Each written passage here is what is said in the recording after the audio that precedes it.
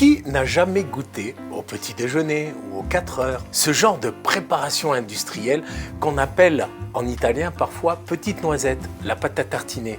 C'est bon, hein? Mais avez-vous idée de combien de sucre il y a à l'intérieur? Il y en a plus de 50%. C'est-à-dire que pour ce pot-là, ça représente, regardez bien, cette quantité de sucre.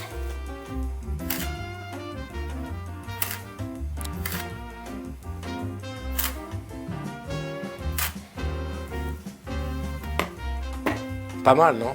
Moi, ce que je vous propose aujourd'hui, c'est de faire notre propre pâte à tartiner. On essaye?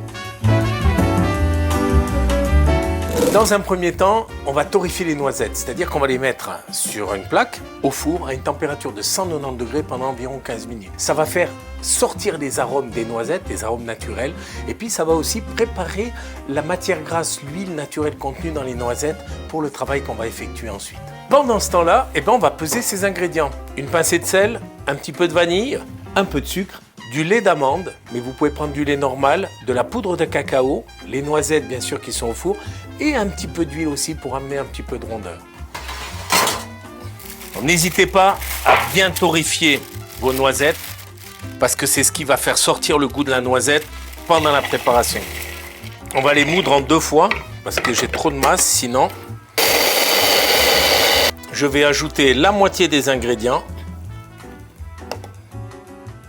Regardez bien, une pointe de vanille et une pincée de sel. Je vais moudre un petit peu.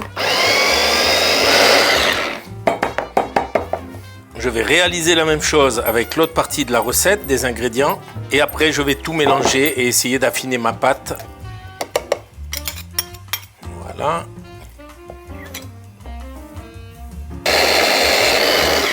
Je rajoute ici les 2 masses ensemble. Vous voyez qu'il y a celle où il y en avait un peu moins.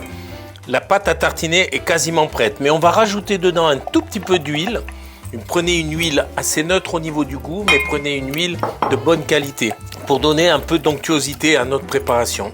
Après, il vous faut travailler cette masse jusqu'à vraiment que vous obteniez ce que vous avez envie d'obtenir en termes d'onctuosité, de consistance et puis après de goût. Voilà, on arrive à un résultat qui semble correct en termes d'apparence, de consistance. On va juste encore contrôler le goût, mais à mon avis, ça devrait le faire.